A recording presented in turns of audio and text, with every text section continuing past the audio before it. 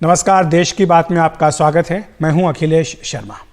शुरुआत कर रहे हैं तेलंगाना से, जहां पर सोना बांटने का वादा भी किया जा रहा है। तेलंगाना में चुनाव जीतने के लिए कांग्रेस मतदाताओं से जो वादे कर रही है, उनमें एक वादा सोना देने का भी है। कांग्रेस चुनाव घोषणा पत्र कमेटी के प्रमुख डी श्रीधर बाबू ने एनडीटीवी से कहा कि वो राज्य के हर बीपीएल परिवार की बच्ची को शादी में 10 ग्राम सोना देंगे। शादी के लिए 1 लाख का खर्च अलग से।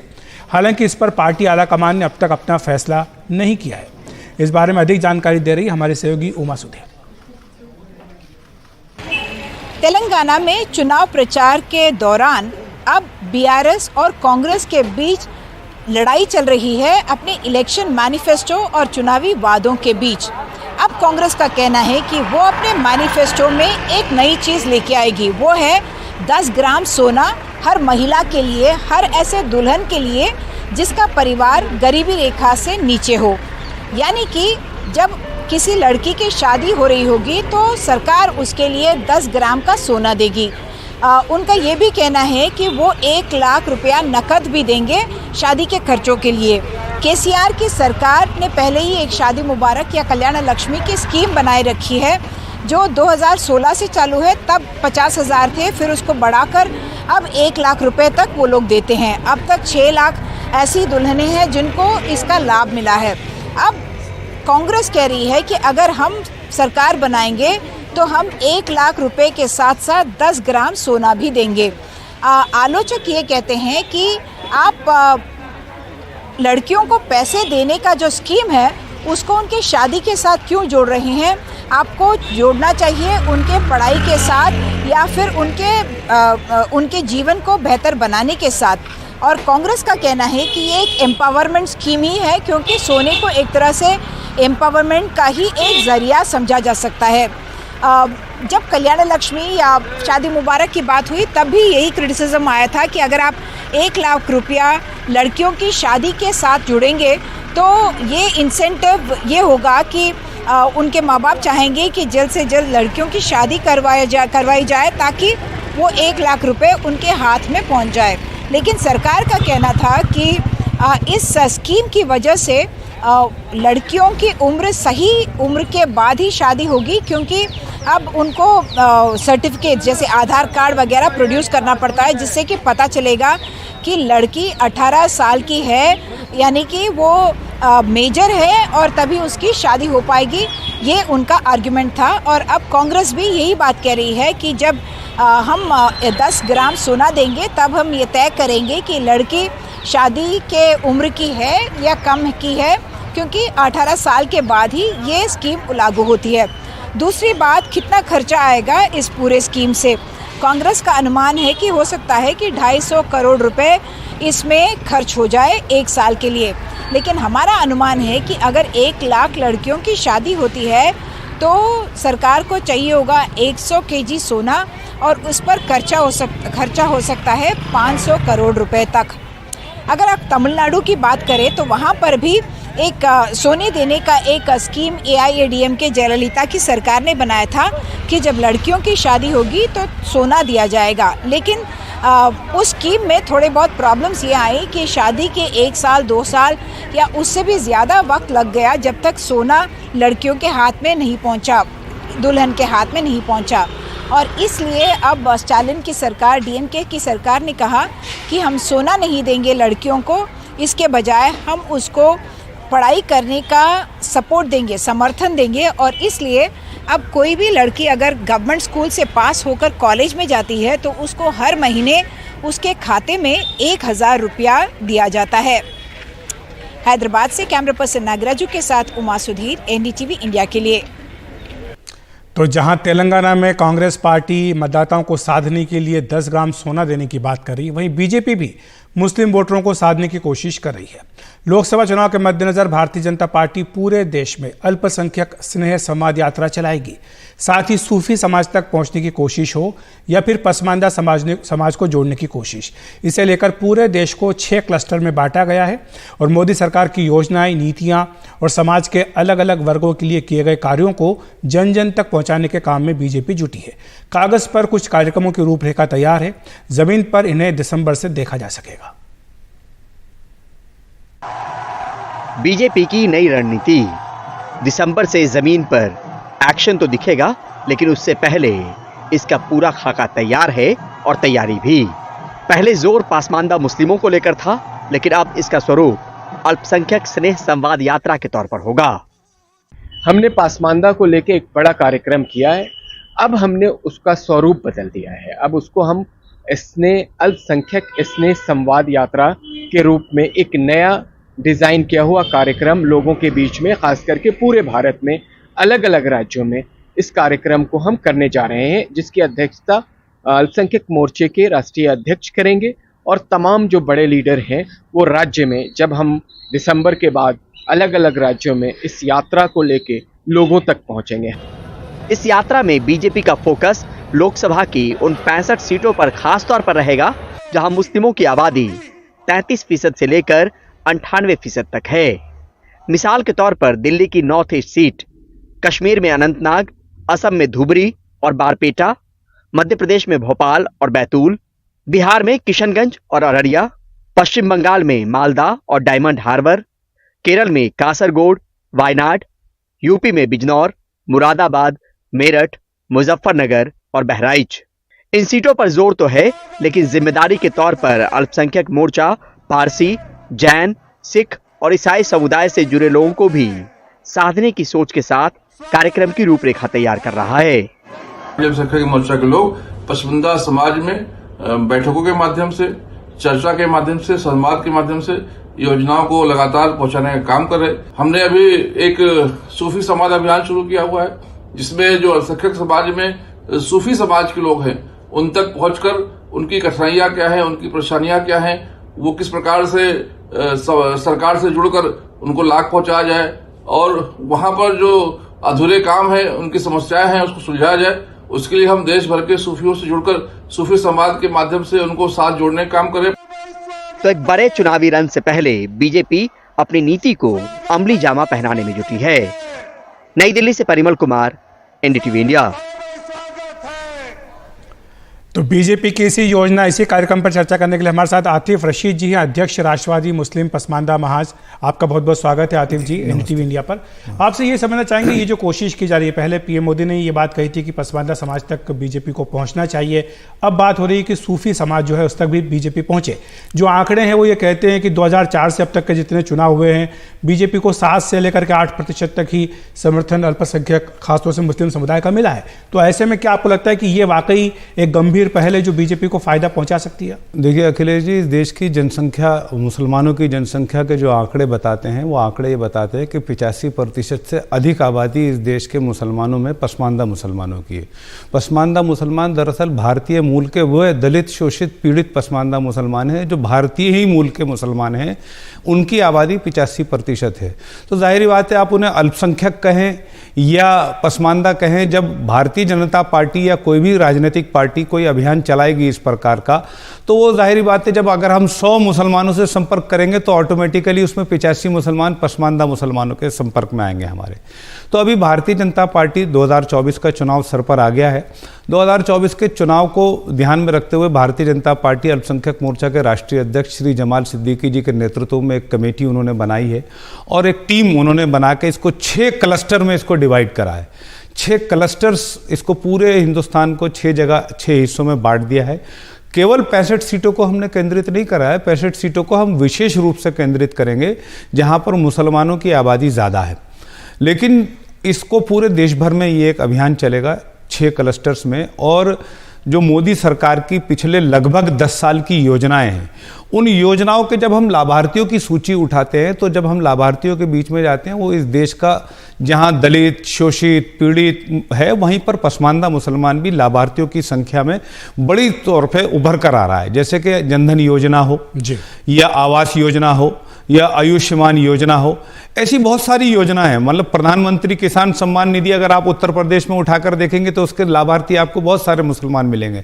ऐसे ही प्रधानमंत्री आयुष्मान योजना के लाभार्थी उठा के देखेंगे तो बहुत बड़ी तादाद आपको। लेकिन यहाँ पर मैं आपको रोकूंगा, क्योंकि ये आरोप लगता है बीजेपी पर कि वो मुसलमानों को टिकट नहीं देती है, और अभी भी अगर हम देखें लोकसभा, राज्यसभा में तो बीजेपी के कोई मुस्लिम सांसद नहीं है, कोई मंत्री नहीं है।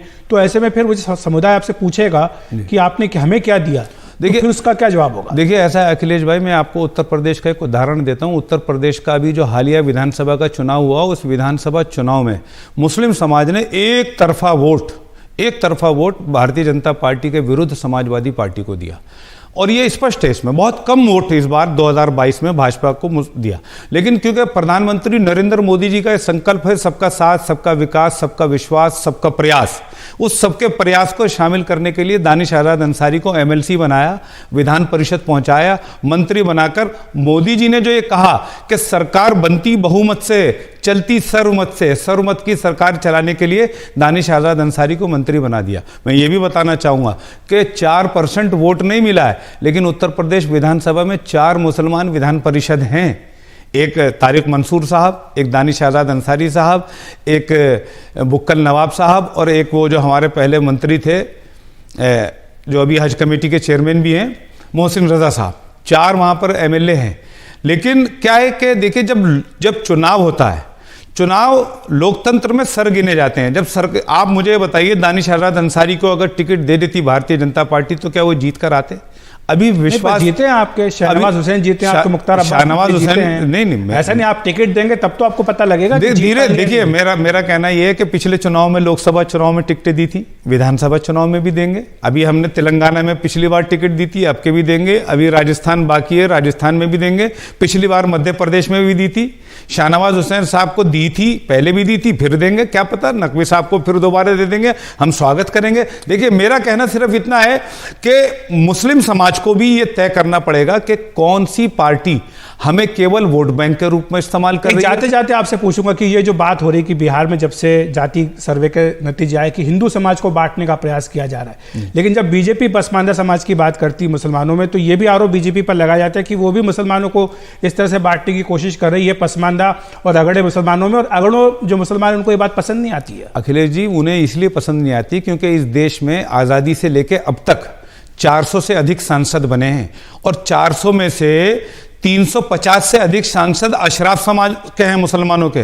अब बात यह है कि आबादी हमारी 85% पसमानदा मुसलमानों की और हिस्सेदारी 15% मुसलमानों की, तो उन्हें तो दिक्कत होनी स्वाभाविक है। तो जितनी आबादी उतना हक जो रहा, तो हमारा देखिए, प्रधानमंत्री नरेंद्र मोदी जी ने या भारतीय जनता पार्टी ने स्पष्ट करा है कि जिसकी जितनी हिस्सेदारी, जिसकी जितनी आबादी, उसकी उतनी हिस्सेदारी। अब अगर हमको हिस्सेदारी मिलने लगी है, हमारे बीच का दानिश आजाद अंसारी मंत्री बनता है, हमारे बीच का अशफाक सैफी, और मैं आपको बता देता हूं कि राज्यसभा में भी गुलाम अली खटाना साहब हैं, पिछड़े नहीं, अति पिछड़े हैं, वो भी जम्मू कश्मीर से आते हैं, भारतीय जनता पार्टी द्वारा उनको पहुंचाया गया है, वो वहां तक आवाज पहुंचा रहे हैं। मैं तो इस देश के पसमानदा मुसलमानों से ये अपील करता हूं, 1 2 3 4 5 जितने लोगों को भी भाजपा टिकट दे, आप उनको जिताइए, अगली बार 10 होंगे। ये चुनाव में आप अपील कीजिएगा। फिलहाल आपका इस चर्चा के लिए बहुत बहुत धन्यवाद आतिफ जी, हमारे साथ जुड़ने के लिए, विस्तार से बताने के लिए, इस पूरे मुद्दे पर रोशनी डालने के लिए बहुत बहुत शुक्रिया। तो ये थे आतिफ रशीद, अध्यक्ष थे राष्ट्रवादी मुस्लिम पसमानदा महास के। बढ़ते हैं अगली खबर की ओर। ये जो खबर है ये टीएमसी सांसद महुआ मोइत्रा से जुड़ी हुई है, और इस मामले में निशिकांत दुबे ने पत्र लिखा है। इस पत्र के बाद एक चिट्ठी आज उन्होंने फिर से लिखी है। इसमें यह कहा गया है कि कारोबारी और महुआ की भाषा एक जैसी है, ये बात राजीव चंद्रशेखर के ट्वीट में बात कही गई है। अगर आरोप सही है तो शर्मनाक है, ये बात भी राजीव चंद्रशेखर ने लिखी है। महुआ मोइत्रा पर आपको बता दें कि पैसे लेकर सवाल पूछने का आरोप बीजेपी के सांसद निशिकांत दुबे ने लगाया है। उन्होंने ही आज एक दूसरा पत्र लिखा है।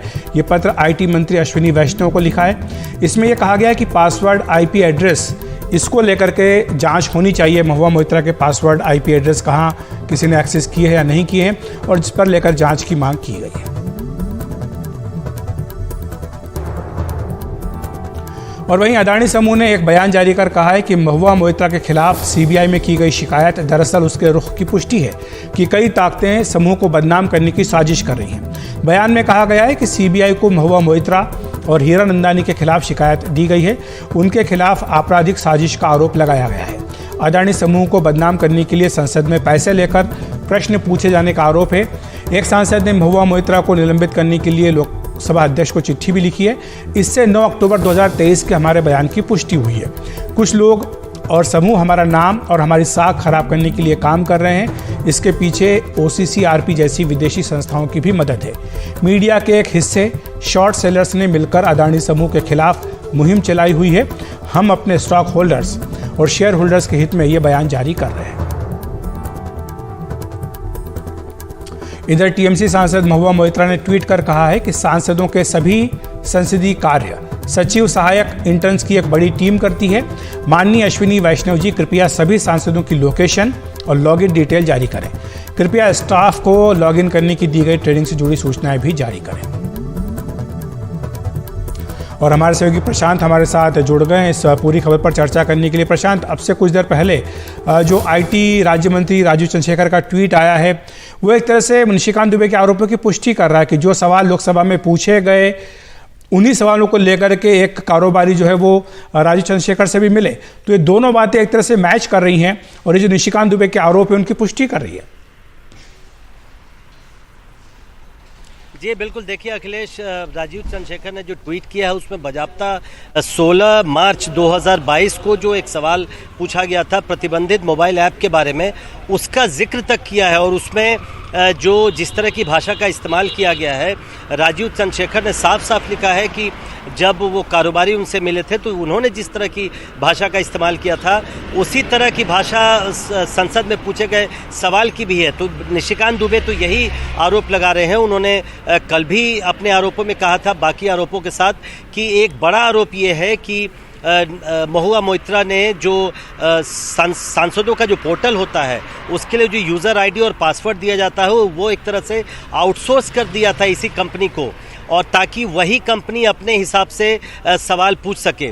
तो आज जो चिट्ठी लिखी है निशिकांत दुबे ने उसमें साफ साफ कहा है कि जांच इस बात की जानी चाहिए कि महुआ मोइत्रा का जो पोर्टल है उससे जब भी लॉगिन हुआ है वो किस आईपी एड्रेस से हुआ है, क्या ये वही जिस आईपी एड्रेस से हुआ है वहाँ महुआ मोइत्रा एक तरह से प्रेजेंट थी कि नहीं थी। तो इस तरह की काफ़ी गंभीर आरोप लगाए गए हैं और इसलिए ये आसानी से पता चल जाता है अखिलेश कि जो लॉगिन किया गया है किसी भी पोर्टल पर वो किस आईपी एड्रेस से किया गया है। क्योंकि निशिकांत दुबे का कहना है कि जो सांसदों का पोर्टल होता है लोकसभा वेबसाइट पे अलग से, जिस पर सिर्फ सांसद ही लॉगिन कर सकते हैं, उस पर कुछ क्लासिफाइड इन्फॉर्मेशन भी होते हैं जो राष्ट्रीय सुरक्षा से जुड़े हुए भी हो सकते हैं। तो ये राष्ट्रीय सुरक्षा पर भी एक तरह का प्रश्न चिन्ह खड़ा करता है। और इसलिए निशिकांत दुबे ने कहा है कि ये मांग की है अश्विनी वैष्णव से कि इस पूरे मामले की जाँच की जाए। और अब जबकि राजीव चंद्रशेखर ने ये ट्वीट खुलेआम एक तरह से सार्वजनिक ट्वीट किया है तो ये काफ़ी हद तक अब निशिकांत दुबे का जो आरोप है उसमें अब दम भी, कई लोगों को लगता है कि इसमें काफ़ी दम है इन आरोपों में। जी शुक्रिया आपका प्रशांत इस तमाम जानकारी के लिए। और वक्त एक ब्रेक का।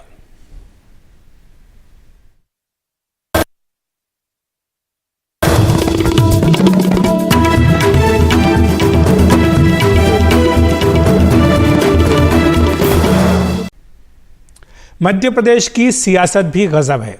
यहाँ सभी दलों के नेता परिवारवाद के खिलाफ तो पानी पी पी कर बोलते हैं, लेकिन हकीकत यह है कि राज्य में सभी बड़े दल परिवारवाद को पालते पोसते हैं।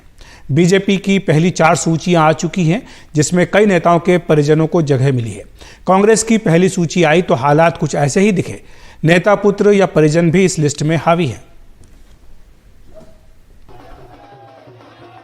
बीजेपी अक्सर परिवारवाद के मामले में कांग्रेस को निशाने पर रखती है। कांग्रेस की पहली लिस्ट इस उम्मीद पर खरी भी उतरी है। मसलन लाहौर से 7वीं बार के विधायक और नेता विपक्ष डॉक्टर गोविंद सिंह के भांजे राहुल भदौरिया को उसी भिंड जिले की मेहगांव सीट से मैदान में उतारा गया है और उनकी समधन चंदा रानी गौर को खरगापुर से मैदान में उतारा गया है। झाबुआ से डॉक्टर विक्रांत भूरिया को टिकट मिला है जो पूर्व केंद्रीय मंत्री कांतिलाल भूरिया के बेटे हैं। पूर्व सीएम दिग्विजय सिंह के बेटे जयवर्धन सिंह और भाई लक्ष्मण सिंह दोनों को टिकट मिला है। पूर्व डिप्टी सीएम सुभाष यादव के छोटे बेटे सचिन यादव कसरावद से चुनाव लड़ेंगे। इंदौर जिले में प्रेमचंद गुड्डू की बेटी रीना बोरासी सांवेर से उम्मीदवार होंगी। पूर्व कांग्रेस सांसद सत्यव्रत चतुर्वेदी के भाई आलोक चतुर्वेदी छतरपुर से लड़ेंगे। पूर्व नेता प्रतिपक्ष सत्यदेव कटारे के बेटे हेमंत अटेर से चुनाव लड़ेंगे। वहीं पूर्व मुख्यमंत्री अर्जुन सिंह के बेटे अजय सिंह चुरहट से। बीजेपी इस मामले में हमलावर तो रहती है, लेकिन अकेले भोपाल में उसने 3 नेताओं के रिश्तेदारों को टिकट दिया है। भोपाल मध्य से ध्रुव नारायण सिंह जो पूर्व मुख्यमंत्री गोविंद नारायण सिंह के बेटे हैं। भोपाल के गोविंदपुरा से कृष्णा गौर जो पूर्व सीएम बाबूलाल गौर की बहू हैं। भोपाल के नरेला से बीजेपी के दिवंगत दिग्गज नेता कैलाश सारंग के बेटे विश्वास सारंग मैदान में हैं। इसमें एक नहीं है, दिग्विजय सिंह का तो पूरा परिवार है ही, नेता प्रतिपक्ष गोविंद सिंह भी एक ही लड़ाई लड़ रहे थे, खुद को, उनके भांजे को और एक उनके रिश्तेदार को। और अलीराजपुर के अंदर तो गजब ही हो गया,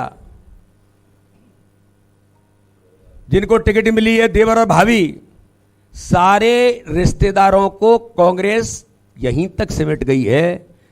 जब कांग्रेस के अंदर जो कार्यकर्ता है तो बेचारे आप देख रहे होंगे जब से सूची जारी हुई है क्या काम शुरू हुआ है, लोग कहने लग गए। तो इसलिए ये परिवारवाद की गारंटी जो प्रधानमंत्री जी ने कहा, ये मध्य प्रदेश के चुनाव में कांग्रेस ने साबित किया है कि कांग्रेस किसी बात की गारंटी है तो परिवारवाद की गारंटी है, कांग्रेस किसी बात की गारंटी है तो अपराधीकरण की गारंटी है, भी सिद्ध कर दिया इस सूची ने। परिवारवाद, वंशवाद, अगर बीजेपी इस पर राजनीति करती है, सबसे ज्यादा बीजेपी के अंदर खुद है। भारतीय जनता पार्टी ने 4 मुख्यमंत्री पुत्रों को टिकट दिया हुआ है अभी तक की सूचियों में। परिवारवाद की भेंट चढ़े हैं। भोपाल जिले में आज हम खड़े हैं, यहाँ 7 विधानसभा हैं। एक स्वर्गीय कैलाश सारंग जी के पुत्र लड़ रहे हैं चुनाव, दूसरा स्वर्गीय बाबूलाल गौर जी की बहू लड़ रही हैं चुनाव। कार्यकर्ता का क्या हुआ उन सीटों पे? ये मैं इसलिए कह रहा हूँ कि बीजेपी इस बात पर राजनीति करती है। टिकट उसको दिया जाता है जिसका वर्चस्व होता है, जिसकी लोकप्रियता होती है, जिसकी सक्रियता होती है। उसके बाद अगर वो किसी का नेता पुत्र है तो वो मैटर नहीं करता। लेकिन भाजपा अगर राजनीति कर रही है तो हमने एक लंबे नाम गिना दिए, जवाबदेह तो बीजेपी। लिस्ट को लेकर दूसरा सवाल ओबीसी की भागीदारी पर है। कांग्रेस इन दिनों प्रेस कॉन्फ्रेंस में पत्रकारों से ओबीसी की नुमाइंदगी पूछती है, लेकिन 144 की लिस्ट में उसने 39 यानी 27% ओबीसी उम्मीदवारों को टिकट दी है। बीजेपी ने 136 में 40 ओबीसी यानी 29% ओबीसी उम्मीदवारों को टिकट दी है। मध्य प्रदेश में ओबीसी की आबादी 52% से अधिक है। इन आंकड़ों से कांग्रेस में इतनी नाराजगी हुई कि मीडिया सेल के उपाध्यक्ष अजय यादव ने इस्तीफा दे दिया। एक पूर्व सांसद, एक पूर्व विधायक सहित 3 और नेताओं ने इस्तीफा दिया है। यह विश्वास दिलाया गया कि पिछड़े वर्गों को उनका हक एवं अधिकार इस विधानसभा चुनाव में मिलेगा, परंतु टीकमगढ़ जिले में जहां पिछड़े वर्ग के मतदाताओं की संख्या 70% से अधिक है, वहां तीनों सामान्य क्षेत्रों पर केवल एक ही वर्ग के प्रत्याशी बना दिए गए, जबकि तीनों ही प्रत्याशी पिछला चुनाव भारी अंतर से हारे हुए हैं। ये पिछड़े वर्गों के साथ अन्याय है, धोखा है। सबसे रोचक, कांग्रेस कर्नाटक से मध्य प्रदेश के चुनाव में भी हनुमान जी की एंट्री करा चुकी है। यहां तक कि मुख्यमंत्री शिवराज सिंह चौहान के खिलाफ बुधनी से टिकट भी टीवी सीरियल में हनुमान का किरदार निभाने वाले विक्रम मस्ताल को मिला है।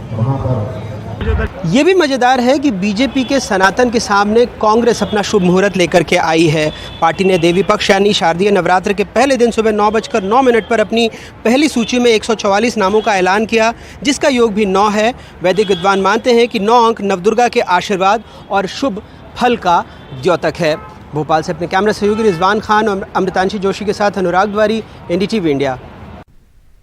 एनसीपी सुप्रीमो शरद पवार ने कानून व्यवस्था को लेकर महाराष्ट्र सरकार को घेरा है। उन्होंने दावा किया है कि इस साल 1 जनवरी से 31 मई के बीच यानी 5 महीने में महाराष्ट्र से 19,553 महिलाएं लापता हुई। बीजेपी ने जवाब दिया कि सीनियर पवार गायब महिलाओं पर राजनीति कर रहे हैं। उद्धव सरकार के दौरान के आंकड़े भी बीजेपी ने गिनाए। देखिए पूजा भारद्वाज की रिपोर्ट। राष्ट्रवादी कांग्रेस पक्षाचा सीनियर पवार लगातार फडणवीस शिंदे सरकार पर हमलावर हैं। अपनी सभा में एनसीपी सुप्रीमो शरद पवार ने लापता महिलाओं का मुद्दा उठाया। आंकड़ों के साथ दावा किया कि इस साल 1 जनवरी से 31 मई के बीच 5 महीनों में महाराष्ट्र से 19,533 लड़कियां और महिलाएं लापता हुई हैं। 1 जनवरी 2023 से 31 मई 2023 विधानसभा सत्र में भी ये मुद्दा उठा था और हमारे एक सहकारी मंत्री ने सवाल पूछा था कि 1 जनवरी 2023 से 31 मई 2023 के बीच राज्य में कितनी महिलाएं और लड़कियां लापता हुईं। सरकार ने लिखित में जवाब दिया कि इन 5 महीनों में राज्य से 19,553 महिलाएं और लड़कियां लापता हो गई हैं। आप सोचिए, अगर 5 महीने में इन महिलाओं के बारे में पता नहीं चलता तो उन परिजनों पर क्या बीतती होगी और वो जहां कहीं भी हों उनके क्या हालात होंगे। और ये कैसी सरकार है? क्या ये सरकार महिलाओं को अधिकार देने वाली सरकार है? समाज के लिए घातक निर्णय लेने वालों के हाथ में सत्ता रखना ठीक नहीं है। महिलांना काही आधार देणारं सरकार आहे आणि ते निर्णय त्यांच्याकडे होतात। आज हा निर्णय समाजाच्या दृष्टीने अत्यंत घातक आहे आणि घातक निर्णय घेणारे त्यांच्या हातात सत्ता ठेवणं ही भूमिका योग्य नाही. बीजेपी नेता किरीट सोमैया ने जवाब दिया, कहा कि ये चिंता का विषय तो है, लेकिन महिलाओं के गायब होने पर शरद पवार राजनीति कर रहे हैं, आंकड़ों को लेकर भ्रम फैला रहे हैं. शरद पवार साहब महिलाओं के गायब होने पर राजनीति कर रहे हैं, आंकड़ों की हेराफेरी. शरद पवार उद्धव ठाकरे का यहाँ पर शासन था. 2021 में लगभग 36,000 महिलाएं गायब हुई, 2022 में 39,000 और इस साल के प्रारंभ के 5-6 महीने में 20-21,000 गायब हुई. चिंता की बात है, लेकिन प्रमाण एकदम बढ़ गया. फडणवीस फेलियर, ये इस प्रकार का भ्रम पैदा करना शरद पवार को शोभा नहीं देता. बीजेपी की चित्रा वाघ भी सरकार के बचाव में उतरी और शरद पवार की एनसीपी पर बरसी. मोठ्याताई तुम्हाला आपको सिर्फ 100 करोड़ में दिलचस्पी है सुप्रिया जी. आपकी पसंद ही कुछ अलग है, फिर वो बैंगन की खेती में हो या वसूली करके देने वाला गृह मंत्री. आखिर आपको क्या चाहिए? आपको लोनावला में सरकार की मदद से भागने को मदद करने वाला गृह मंत्री चाहिए, या फिर उद्योगपति के घर के सामने विस्फोटक रखने में मदद करने वाले पुलिस को दोबारा सेवा में लेने वाला गृह मंत्री हवा है? एक सप्ताह में ये दूसरी बार है जब शरद पवार ने इसी मुद्दे पर उप मुख्यमंत्री देवेंद्र फडणवीस के नेतृत्व वाले गृह विभाग पर निशाना साधा हो. मुंबई से पूजा भारद्वाज, एनडीटीवी इंडिया.